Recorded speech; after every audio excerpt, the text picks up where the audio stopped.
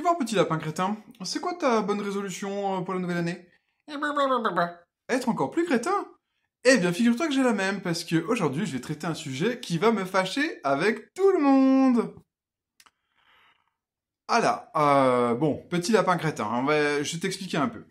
Je sais pas toi, mais moi je fais souvent en fait le même cauchemar où je repasse le bac philo et j'ai le choix que entre des sujets complètement atroces. Donc, mais ma petite expérience de pensée, bon bah, oui, je sais, oui, penser c'est difficile pour toi, mais on va essayer quand même. Imagine, tu as le choix entre ces différents sujets du bac philo. Donc tu as le choix entre peut-on désirer sans souffrir? Ou alors l'inconscient échappe-t-il à toute forme de connaissance? Ouais. Ah, je vois que t'es en difficulté. Heureusement, j'ai un troisième sujet qui va peut-être t'aider. Plus facile. Les peuples de fantasy véhiculent-ils des clichés racistes? Bouah. Salut messieurs, mesdames, personnes non binaires. Eh bien voilà, comme personne ne voulait le faire, je m'y colle. Aujourd'hui, on va parler, eh bien, des peuples de fantasy dans les cultures de l'imaginaire en général et dans le jeu de rôle en particulier. Euh, alors, quand je dis peuple de fantasy, c'est aussi valable, eh bien, pour tout ce qui est créatures non humaines dans les univers occultes contemporains, et bien sûr tout ce qui est créatures extraterrestres dans la SF. Hein. Voilà.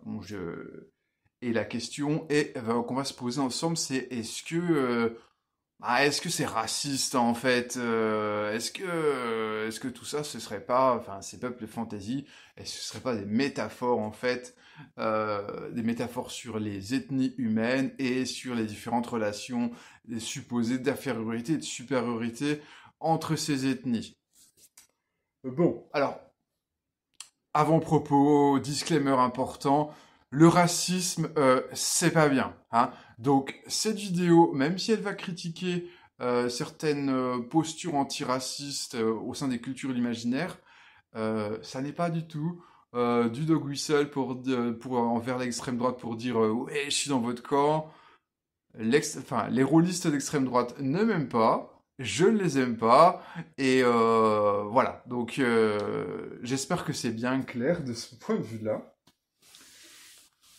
Voilà. Donc, le racisme, c'est pas bien, mais pour autant, si on veut faire du militantisme antiraciste au sein des cultures imaginaires, il s'agirait de le faire de façon intelligente et pertinente, ce qui n'est hélas pas toujours le cas, à mon avis. Bon, je vais essayer de pas dire à mon avis tout le temps. Voilà, vous avez compris que je vais exprimer mon opinion. J'espère que je vais pas trop répéter.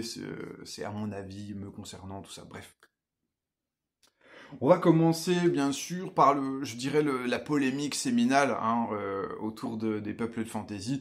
C'est bien sûr, le traitement des races dans les œuvres de Tolkien. Et donc on a notamment un auteur qui est China Miéville, qui est plutôt voilà un auteur contemporain de fantasy SF plutôt positionné très à gauche et qui qualifie littéralement Tolkien en fait de verrue sur le derrière de la littérature fantasy.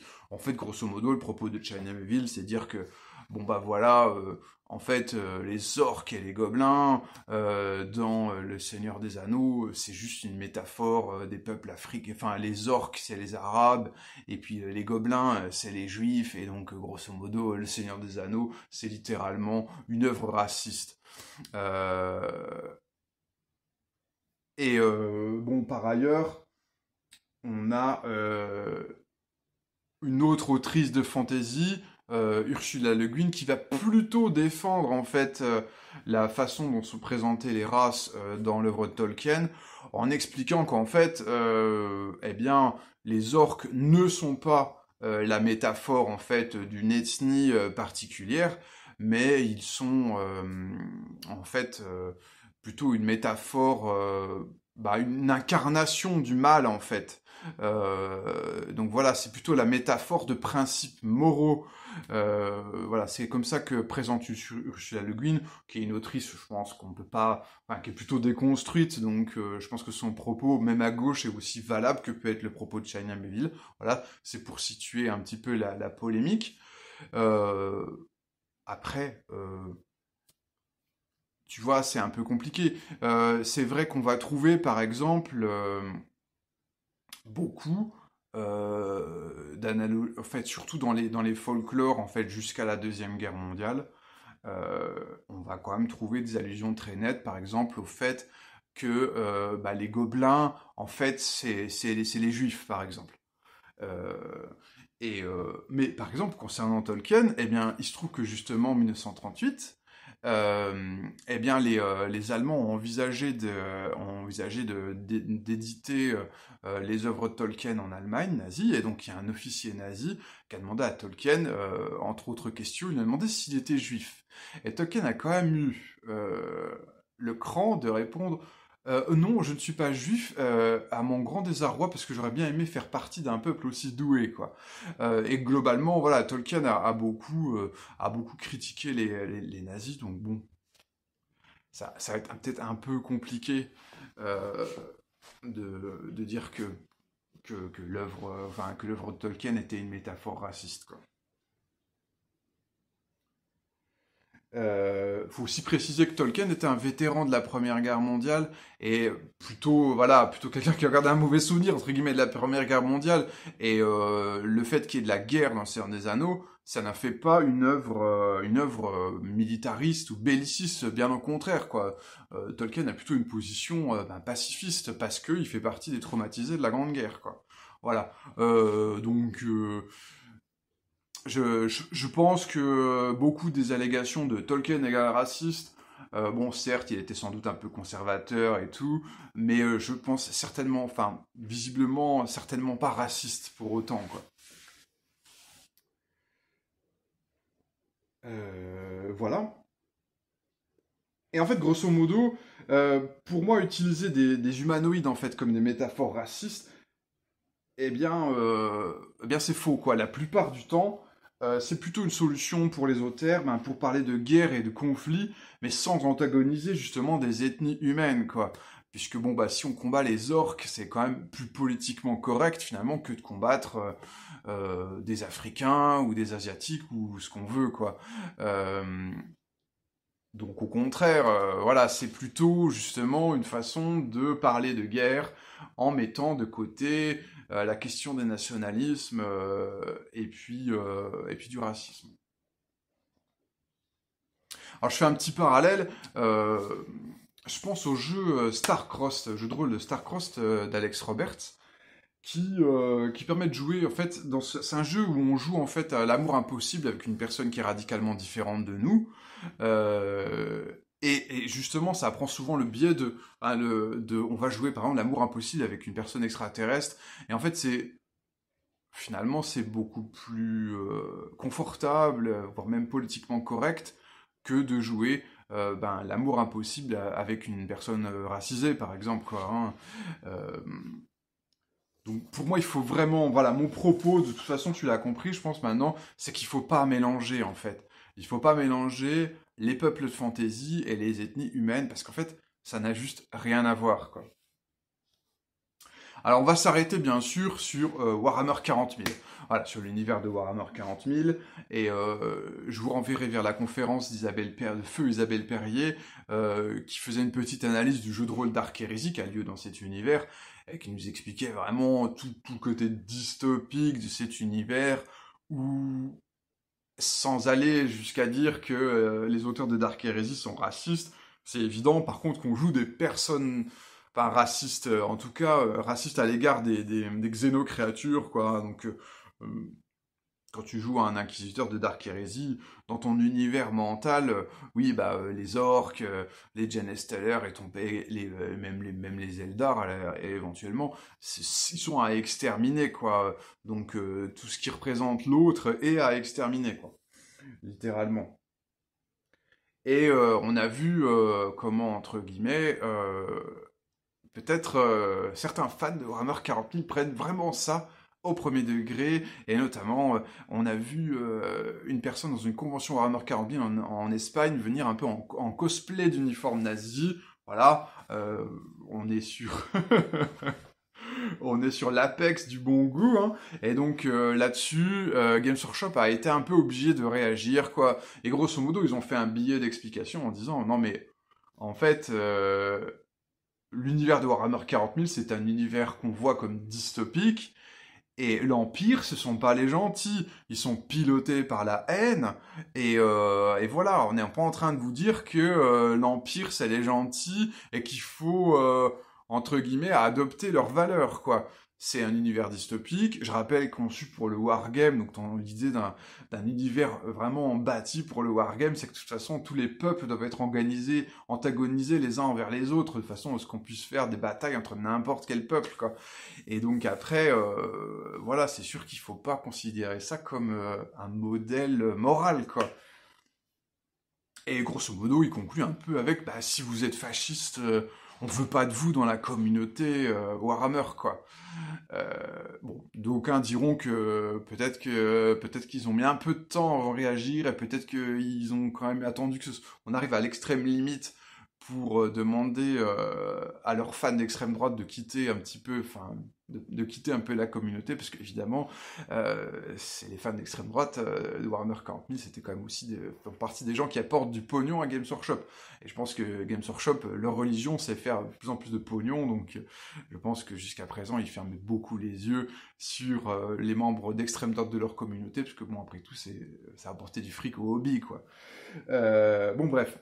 En jeu de rôle, il y a une autrice de jeu de rôle qui s'appelle Olivia Hill et qui a apporté une règle qui s'appelle la No Fascist Rules. C'est l'idée de mettre, en tant qu'auteur de jeu de rôle, de mettre au début de son jeu de rôle, surtout quand on est sur un jeu de rôle qui va traiter un peu de ces sujets-là, un incipit qui est en gros, si vous êtes fasciste, ne jouez pas à mon jeu.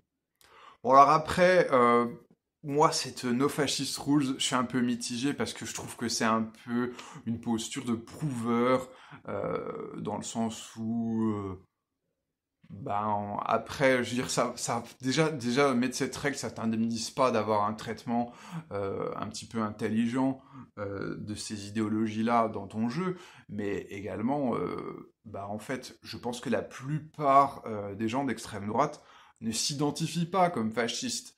Et donc ils vont pas, bah, ils vont pas forcément se sentir concernés par cette règle. Après, si vraiment en tant qu'auteur, tu ne veux pas que les fascistes jouent à ton jeu, il y a quelque chose de beaucoup plus simple que la No Fascist Rules. C'est tu mets de l'écriture inclusive dans ton jeu, tu mets du YEL, tu mets joue heureuse, et bah t'es sûr que les fascistes ne voudront pas jouer à ton jeu. Et voilà, c'est plié. Voilà. Ne me remercie pas pour ce petit tip. Euh, Alors, ensuite, l'idée, si tu veux, parce qu'on va arriver un petit peu aussi sur, voilà, sur une sorte de militantisme antiraciste qui va un peu dire, bon, en gros, il faut pas de peuple non humain dans les univers de jeux de rôle, parce que, grosso modo, les peuples non humains, ce sont des caricatures racistes, donc il n'en faut pas, quoi. Moi, je suis pas d'accord. Je pense qu'il en faut, et je vais essayer de développer pourquoi. Bah, en fait, tout simplement, je pense qu'en tant que MJ ou en tant que PJ, on veut pouvoir déjà jouer, interpréter des créatures qui soient ontologiquement mauvaises, quoi. Je vois pas pourquoi on devrait se priver d'avoir ça dans le jeu de rôle. C'est-à-dire, oui, on veut pouvoir des fois avoir du manichéisme. Je vois pas en quoi c'est grave en fait. Des fois, c'est intéressant d'avoir, voilà, d'avoir des créatures fondamentalement mauvaises. Mais également, une fois le manichéisme mis de côté, on veut tout simplement pouvoir se frotter à l'altérité radicale, c'est-à-dire pouvoir interpréter des créatures qui sont fondamentalement non humaines. Hein, je dis pas non blanches, je dis non humaines, qui n'ont pas du tout un métabolisme humain, qui n'ont pas du tout une forme de cognition humaine, qui n'ont pas du tout une physicalité humaine, Et ça, c'est ce que nous offrent en fait les espèces de fantasy ou les extraterrestres de l'ASF, quoi. Et je vois pas pourquoi on se priverait de cette expérience-là.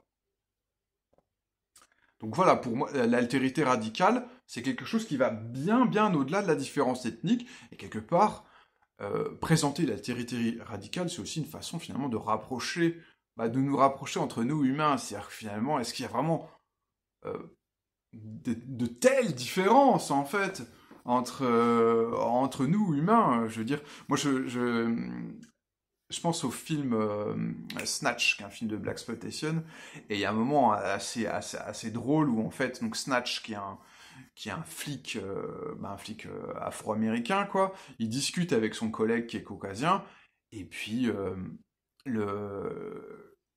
Je sais plus, il y a un collègue caucasien, il a un combiné de téléphone noir, et il le met devant le visage de Snatch, et il fait, en comparaison, il fait, en fait, t'es pas si noir, quoi, parce qu'évidemment, la peau de Snatch est loin d'être noire ébène, quoi, comme le téléphone. Et là, en fait, Snatch, il prend une tasse de café, la tasse est blanche, tu vois, il la met devant le visage de son collègue caucasien, puis évidemment, là, on voit que la peau du caucasien, elle est rose, tu vois, elle est pas blanche comme un cul, entre guillemets, quoi. Et donc, il fait, ouais, mais toi, t'es pas si blanc, quoi. Bon, voilà, on n'est pas si... Bon, désolé pour ce mélange, entre guillemets, ce message un peu United Colors of Benetton, plein de bons sentiments, mais voilà, je pense qu'en fait, on n'est pas si différents que ça, et quelque part, interpréter l'altérité radicale, c'est quelque chose qui nous permet de nous décentrer et de nous en rendre un petit peu plus compte, quoi. Alors, on va parler un petit peu, évidemment, des draws dans Donjons et Dragons, puisqu'ils font l'objet de pas mal de polémiques. Donc les draws dans Donjons et Dragons, c'est ce qu'on appelle les elfes noirs. Alors ils ont la peau pas tout à fait noire, plutôt violette, hein, mais grosso modo, euh, ça apparemment, ça gêne certaines personnes qu'un caucasien interprète un elfe noir, euh, que ce soit en jeu de rôle et encore plus en jeu de rôle grandeur nature, parce que là, en fait, pour interpréter un elfe noir en jeu de rôle grandeur nature, il faut se peindre, maquiller le visage en noir ou en violet, et donc ça fait penser au blackface. Alors, je trouve qu'il y a une réponse qui est très bien trouvée dans la conférence Je joue un elfe noir en GN, blackface ou pas. En fait, c'est une personne racisée qui nous explique qu'elle a déjà joué un elfe noir, qu'elle a vu d'autres jouer des elfes noirs et que ça lui pose pas de problème en fait. Parce qu'en fait, du moment que c'est juste du maquillage, tu vois, mais que derrière, puis à nouveau, je veux dire, il y a il y a très peu d'Africains qui ont la peau noire ébène. La plupart du temps, ils n'ont pas la peau noire en fait, c'est un peau mat.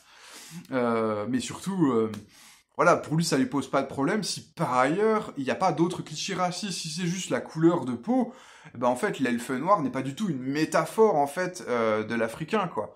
Alors, évidemment, si tu joues un elfe noir et que en plus, t'as la ceinture de banane et que tu parles comme les Congolais dans Tintin au Congo, oui, là, effectivement, tu es totalement en train de faire du Michel Leb et de faire des clichés racistes. Et là, c'est problématique. Mais pour lui, sinon, ça n'est pas problématique. Et en fait, j'en viens à mon propos, qui est que je pense qu'il y a suffisamment de problèmes, de réels problèmes de racisme dans notre société, et également dans les cultures de l'imaginaire. Et du coup, je pense que on perd, quand on veut faire du militantisme antiraciste, on perd littéralement notre temps et on se trompe de cible en tirant sur des ambulances telles que Ah, vous jouez des elfes noirs, vous êtes raciste. Non, non, le problème n'est pas là du tout. Donc, il s'agirait de retomber un peu sur nos pieds et ne pas se tromper de cible et ne pas, en fait, dilapider des énergies militantes dans des guérillas contre des hommes de paille. Et en fait, tout ce qu'on fait, c'est s'aliéner en fait des rôlistes de bonne volonté qui vont jouer par exemple des elfes noirs, mais sans aucune arrière-pensée, et qui vont se faire descendre en flèche par des chevaliers blancs de l'antiracisme qui en réalité ne comprennent pas leur sujet, quoi. Euh... Tac, tac, tac. Bon, par ailleurs, dans Donjons et Dragons, justement, ça a un petit peu évolué dans un supplément, hein, je précise quand même un supplément de Donjons et Dragons 5 qui s'appelle Mordekainen Presents Monsters of the Multiverse, qui date de 2022, hein, donc on n'est pas... voilà, c'est pas non plus comme si c'était dans le livre de base, mais grosso modo, ils disent, ouais, bah en fait... parce que le problème qu'on a quand même dans Donjons et Dragons, justement, c'est que beaucoup de peuples de fantasy ils ont un alignement obligatoire. Donc, je connais pas par cœur, mais j'imagine que si tu joues un elfe noir, il est forcément d'alignement mauvais, pareil pour les orques et compagnie, quoi. Et donc, dans ces suppléments, ils disent non, mais en fait, c'est fini ça, tu peux jouer un elfe noir d'alignement bon, il n'y a pas de souci. Bon, quelque part, bah, voilà, je trouve que cette règle toute simple, elle permet finalement de trancher le débat, de casser un peu le manichéisme, bon, même si j'ai défendu tout à l'heure que pour moi c'est pas grave en fait qu'il y ait des peuples de fantaisie manichéistes du moment qu'ils ne sont pas d'évidentes métaphores d'ethnie réelle. Ce qui n'est pas le cas des elfes noirs, hein. Je pense que les elfes noirs, ils ont vraiment rien à voir avec les Africains, en réalité.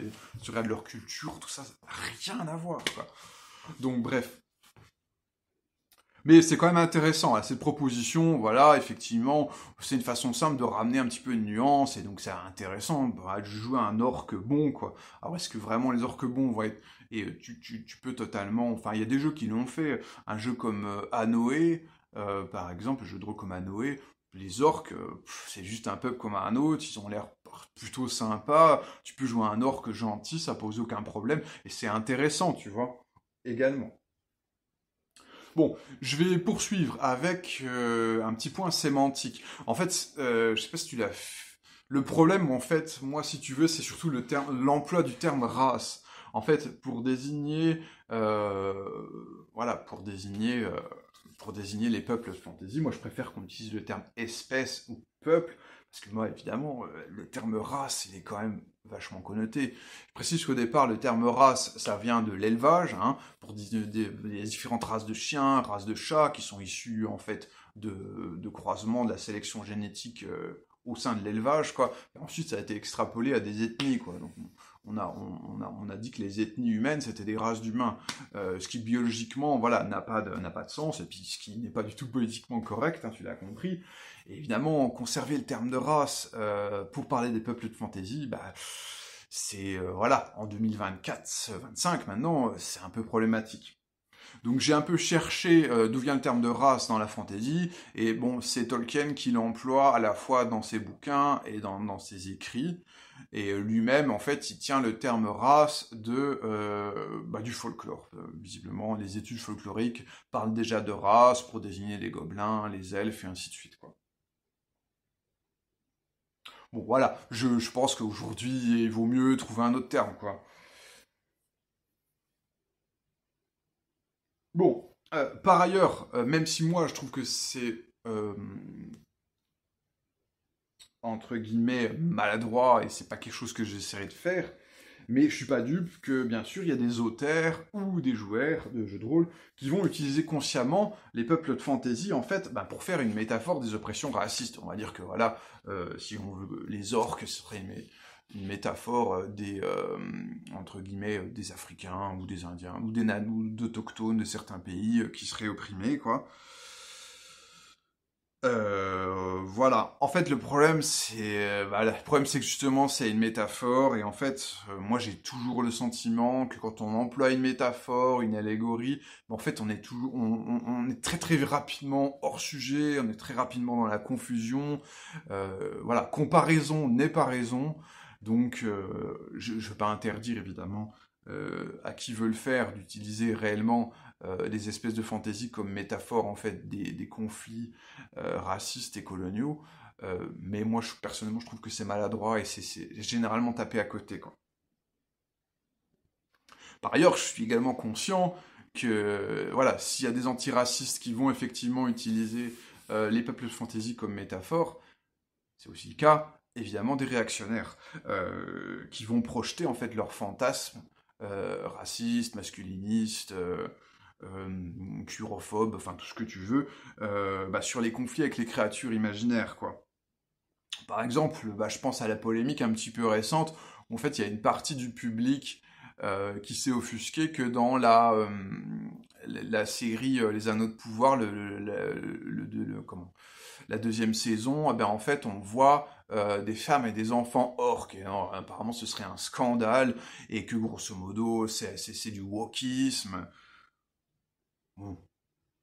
Alors, sachant que dans les écrits de Tolkien, il parle bien de l'existence de femmes et d'enfants d'orques et qui ont une reproduction sexuelle. Donc en plus, premièrement, c'est canon, donc tu peux même pas te réfugier derrière voilà, le djihad tolkienien pour défendre le fait qu'il ne devrait pas y avoir de femmes et d'enfants orques. Alors, derrière, il y a clairement un fond masculiniste dans cette polémique, parce qu'en fait, grosso modo, s'il y a des femmes orques, eh ben, moi, rapidement, il va y avoir des propos anti-patriarcaux, et ça c'est mal, évidemment, d'être anti-patriarcal. Et je pense, même si c'est jamais formulé tel quel, moi, je pense qu'il y a un fond racisme, en fait, derrière ce rejet de la présence de femmes et d'enfants orques.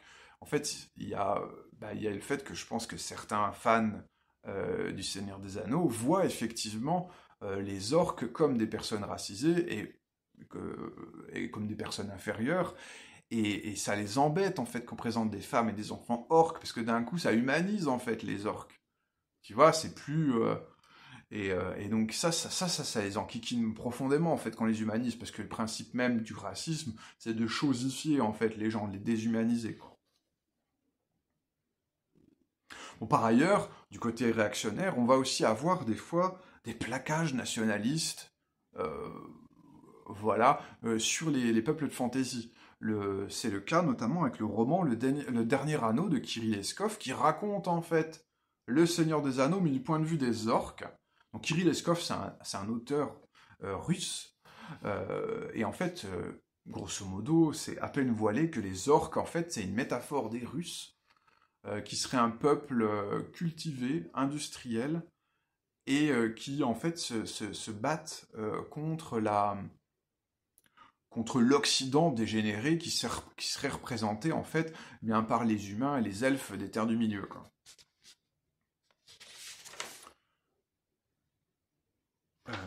Bon, voilà, donc je suis conscient de ça. Également, l'autre truc, c'est que, en mettant totalement de côté les espèces de fantaisie, je pense qu'on peut aussi vouloir parler de racisme en jeu de rôle, quoi. Pour moi, c'est pas un sujet à éviter. C'est un sujet délicat, bien sûr, un sujet épineux, mais raison de plus pour y aller, en fait, pour taper dedans, quoi. Euh, que ce soit, en fait, pour prendre du recul vis-à-vis de certaines influences racistes de nos imaginaires, bon, bah, par exemple Lovecraft, bon, voilà, qui était un auteur raciste, hein, c'est évident, mais on va trouver des œuvres, des jeux de rôle post-Lovecraftiens qui vont interroger ça. Par exemple, il y a Cthulhu Confidential, qui est en fait un jeu de rôle où on peut incarner en fait un Afro-Américain. Également, pour l'appel de Cthulhu, dans l'appel de Cthulhu, on a un scénario qui s'appelle le Jazz du Maccabée, et qui présente pas mal la culture afro-américaine, et qui dénonce amplement la ségrégation, quoi. Alors, je suppose que le volet dénonciation c'est augmenté au fur et à mesure des éditions, c'est peut-être pas aussi présent au moment où le scénario est sorti, il y a maintenant, je crois, plusieurs décennies. Mais voilà, c'est présent, quoi. Également, eh bien, on va pouvoir utiliser le jeu de rôle pour expérimenter en fait les oppressions racistes et coloniales. Par exemple, un jeu comme Dog Eat Dog, en fait, c'est un jeu écrit par une personne avec des origines colonisées qui s'adresse en fait aux Occidentaux et qui leur propose d'interpréter les personnes colonisées pour un peu expérimenter ce que ça fait, quoi. Alors le problème de jouer en fait, de jouer le racisme, de jouer la colonisation, c'est que des fois on va se faire critiquer pour le simple fait d'aborder le sujet, quoi. Et moi j'ai un problème en fait avec une forme d'antiracisme qui serait un petit peu à œillère, quoi, et qui ferait la police jusque dans l'intimité de nos partis. Alors je m'explique parce que là je pense que vous êtes déjà en train de vous désabonner. Euh, En fait, je pense qu'il y a des joueurs qui vont tenter de bonne foi d'interpréter en fait des personnes racisées ou colonisées, voilà, sur un arrière-plan d'oppression. Elles peuvent se le voir reprocher si elles rendent leur expérience publique. C'est-à-dire que, grosso modo, en tant que personne blanche, bah, on ne serait pas légitime pour interpréter les combats politiques des personnes racisées. On tomberait forcément à côté et en fait, on véhiculerait forcément des clichés racistes. Notamment si, eh bien, on va mettre en scène des oppositions violentes au racisme et au colonialisme, parce que, enfin, certes, il y a Martin Luther King, mais il y a eu aussi des oppositions violentes au racisme et au colonialisme. Elles ont une explication. Voilà, je vais pas vous faire la violence illégitime contre la violence légitime, quoi, mais grosso modo, c'est ça, quoi. Bon, je m'appuie en fait sur un peu un cas d'école, c'est le compte rendu, un compte rendu de partie qui s'appelait comment les États-Unis noirs d'Amérique, où c'est donc une autrice, Morgane Régnier, et ses joueurs qui jouent une partie de jeu de rôle, voilà, d'un jeu en playtest qui s'appelait La Cause, où justement on va jouer des personnes qui sont en résistance, quoi. Et donc elle décide de jouer en fait un groupuscule qui ressemble un peu aux Black Panthers, quoi, et qui vont assassiner le gouverneur d'un État américain, blanc évidemment, dans l'idée en fait, d'avoir un État dédié aux Afro-Américains. Donc, le groupuscule, tu vois, essaye d'assassiner le gouverneur de l'État pour ensuite prendre possession de l'État afin que ça devienne une sorte de safe place, de havre pour les personnes afro-américaines. Et donc, si tu veux, Morgan a posté un compte-rendu de sa partie, et là, en fait, bah, des personnes ont grosso modo, ont dit à Morgan, vous auriez pas dû jouer ça. C'est-à-dire que grosso modo, vous auriez pas dû jouer des militants racisés qui commettent des actions violentes, parce que vous véhiculez bah, une mauvaise image des personnes racisées, donc grosso modo, en jouant cette partie, vous avez fait acte de racisme, quoi. Moi, ça me convient pas, en fait. Ça me convient pas, parce que du coup, ça veut dire qu'on va s'auto-censurer, même dans l'intimité de nos partis, et en fait, plutôt par peur de mal faire, ou d'être mal jugé par des militants antiracistes, eh bien, on va s'interdire totalement de traiter ce sujet. Et je pense que d'une certaine façon, c'est délétère. Ne parlons pas du sujet parce qu'on va mal faire. Bah du coup, on n'a jamais de réflexion, tu vois. Euh, et ça peut être alors que moi, je pense que ça peut être intéressant, de toute façon, d'interroger diverses causes, diverses idéologies, y compris dans leurs manifestations violentes, d'interroger éventuellement la légitimité ou la non-légitimité de ces actions violentes et tout. Et puis également, je pense que voilà, il y a une sorte de clause de, voilà, d'intimité, de liberté qu'on devrait se donner au sein d'une table de jeu. C'est-à-dire que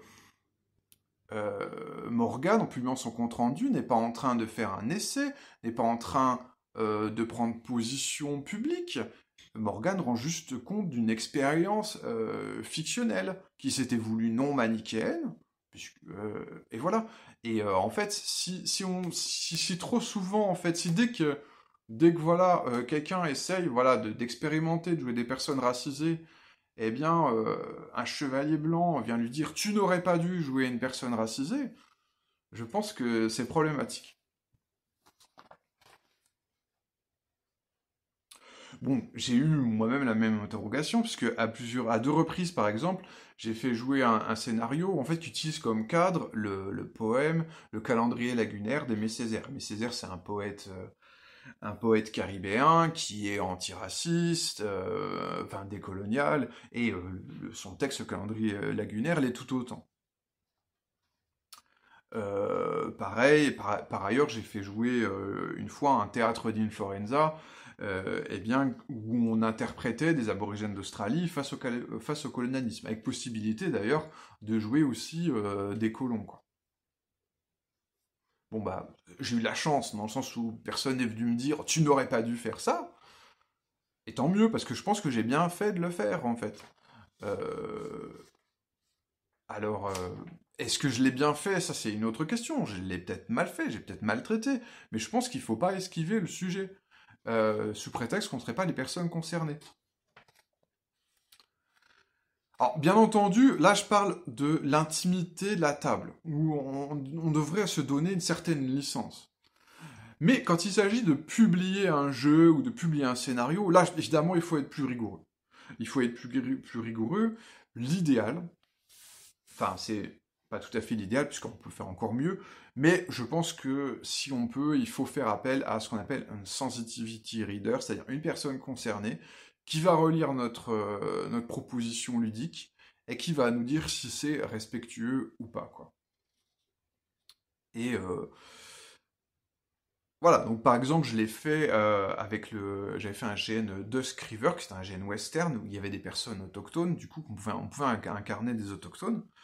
Et donc j'ai eu la chance de pouvoir consulter une autochtone américaine, et donc on a échangé beaucoup, et ça a permis de créer un manifeste en fait sur les bonnes et les mauvaises façons d'interpréter un personnage autochtone. Et notamment en incluant, il y avait des aspects surnaturels dans le GN, ces aspects surnaturels, ils ont été négociés avec cette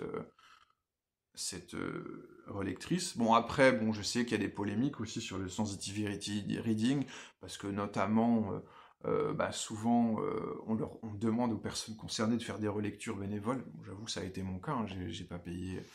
À chaque fois que j'ai fait appel à des sensitivity readers, j'ai pas payé les personnes, c'est vrai, mais vu que moi-même j'ai très peu de revenus d'auteur, c'était un peu compliqué. Dans l'idéal, il faudrait payer les personnes, et dans l'idéal de l'idéal, il faudrait certainement faire appel à plusieurs sensitivity readers, ou en tout cas à des sensitivity readers qualifiés. C'est-à-dire que si je veux faire un jeu de rôle où je présente une ethnie, bah, peut-être je peux pas prendre n'importe quelle personne de l'ethnie et estimer qu'elle va tenir des propos pertinents globalement pour son ethnie.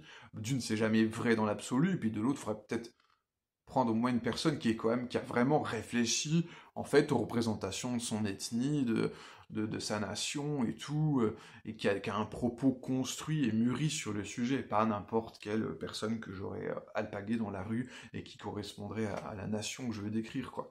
Et qui n'a peut-être pas une réflexion très très approfondie en fait sur le sujet de sa propre identité culturelle, quoi. Et puis bon, c'est bien aussi de faire ses propres recherches, déjà au moins en amont ou en aval, pour compléter, pour avoir de la matière, pour vraiment échanger avec la personne qui fait de la relecture sensible, pour avoir un débat intelligent avec la personne. Bon, également, bon, bah, c'est encore le retour des vidéos hyper longues. J'espère qu'on va tenir en dessous des 45. Allez, je speed. Allez, j'ai presque fini, presque fini.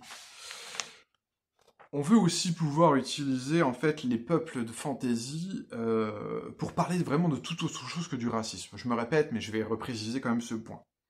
Parce que les peuples de fantasy peuvent être utilisés, et je pense à meilleur escient d'ailleurs, comme métaphore pour d'autres conflits. Par exemple, dans le jeu de rôle The Spire, en fait, la lutte entre les hauts elfes et les elfes noirs, en fait, c'est une métaphore plutôt de la lutte des classes, quoi. Il faut vraiment plus y voir ça qu'une métaphore de la ségrégation raciale, quoi.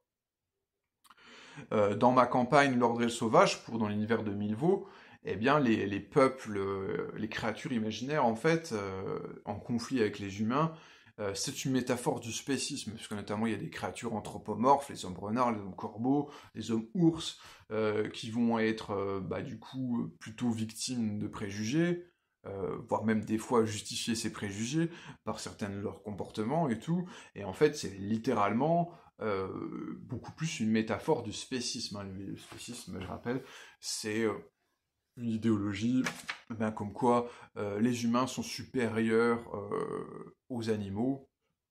Et voilà, donc grosso modo, ça n'a, entre guillemets, rien à voir avec le racisme, même si, bon, dans les idéologies racistes, on va bien sûr retrouver du spécisme, puisque souvent l'ethnie est animalisée, associée à l'animal, enfin, voilà.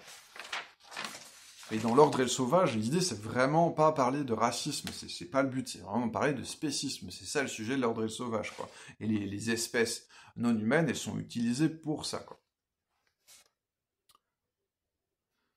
Mais tout simplement, on veut pouvoir aussi utiliser la haine ou la défiance, la méfiance, les préjugés entre différentes espèces de fantasy, simplement comme un moteur narratif, sans en faire un équivalent du racisme.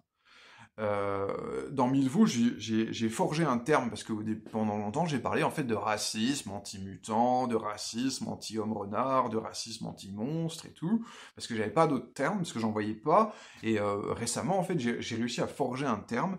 Il s'agit de l'exophobie. Voilà, l'exophobie, en fait, c'est la peur, ça désigne en fait la peur des autres espèces. C'est-à-dire que les humains, ils sont exophobes vis-à-vis des animaux anthropomorphes, vis-à-vis des monstres, vis-à-vis des mutants.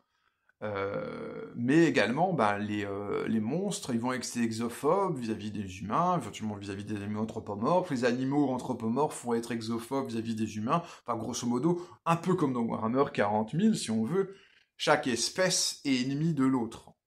Bien que, évidemment, on va trouver des exceptions, c'est-à-dire qu'il y a une partie, dans chaque espèce, il y a une partie il y a des personnes qui rejettent l'exophobie et qui essayent d'aller vers l'autre, quoi. Enfin, je pense que je t'ai déjà dit dans d'autres vidéos, mais je pense qu'en tant qu'auteur, il faut pas prémâcher un avis. Les joueurs, ce sont des grandes personnes, et se faire le propre opinion, ça fait partie du jeu. Si, enfin, je vois pas l'intérêt en incipit d'un jeu de rôle de dire oui, alors dans ce jeu de rôle, il y a des espèces, il y a différentes espèces conscientes et elles sont exophobes les unes des autres, mais l'exophobie, c'est pas bien et le racisme, c'est pas bien. Bah non, c'est pas comme ça que ça se passe. Enfin, je veux dire, considère que la table est intelligente. Elle va expérimenter des situations que tu as forgées pour elle, des situations ambiguës, pas trop manichéennes, justement. Et puis, bah, les gens, ils vont se faire un peu leur propre opinion, quoi. Et aussi, ils vont un petit peu détacher ce qui est de la métaphore, ce qui est quelque chose de totalement imaginaire. Parce que pourquoi on fait de la fantasy, pourquoi on fait de la SF? C'est pas uniquement pour avoir un propos politique sur notre actualité. Hein. Il n'y a que les misomuses qui pensent que le seul but de la fantaisie et de la SF, c'est d'avoir un propos politique sur la situation actuelle. L'intérêt également de la science-fiction et de la fantasy, c'est de traiter des problématiques qui n'existent pas dans notre monde. Vous comprenez? C'est l'expérience de penser, de traiter des problématiques qui sont autres, qui n'ont que des rapports très lointains avec nos problématiques actuelles et même à venir. Hein. Je veux dire, l'ASF, le but de l'ASF, c'est pas forcément d'adresser les problèmes du futur. Il y a aussi l'idée d'aller vers un autre imaginaire qui n'est même pas envisageable dans notre futur et d'explorer cet imaginaire. C'est une expérience de pensée, on va explorer des situations totalement implausibles.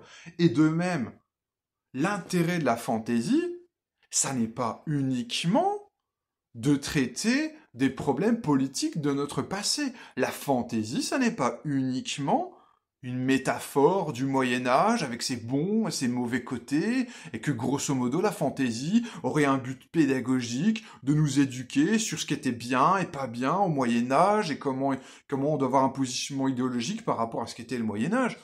Mais non!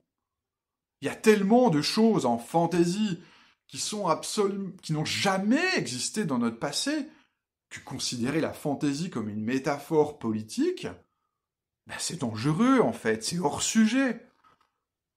La fantaisie et la science-fiction, ce sont des expériences de pensée profondément autres, profondément irréalistes. Et si vous pensez le contraire, c'est que vous êtes un misomuse, c'est-à-dire que grosso modo, l'aspect artistique de tout ça, l'aspect expérientiel de tout ça vous intéresse pas. Tout ce qui vous intéresse, c'est d'avoir un jugement politique et de pouvoir vous positionner en tant que personne de bien, eh bien en émettant un jugement quoi, sur est-ce que cette œuvre de SF, de fantasy, est du bon côté de la force. Est-ce que ces joueurs ont bien joué? Est-ce que ces joueurs ont eu un comportement moral? Voilà. Vous êtes des misomuses. Je suis désolé. Bon, pour conclure, j'ai une petite réflexion à vous soumettre. En fait, dans Donjons et Dragons, je sais pas si vous avez remarqué, mais la plupart des espèces, elles sont interfertiles, en fait. Il y a des demi-orques, des demi-elfes et tout. Enfin, les espèces peuvent avoir des enfants entre elles. En fait, ça veut dire quoi d'un point de vue biologique? Si les humains peuvent avoir des enfants avec les orques, si les humains peuvent avoir des enfants avec les elfes, avec les nains, tout ça, ça veut dire qu'en fait, les orques, les elfes, les nains, les hobbits, ce sont des humains. Eh ouais. Bah, je te laisse sur ces réflexions. Je te fais des gros bisous, si consenti. Et on se revoit la semaine prochaine pour un sujet, j'espère, un petit peu moins polémique, qui me donnera un petit peu moins de dislikes. Salut!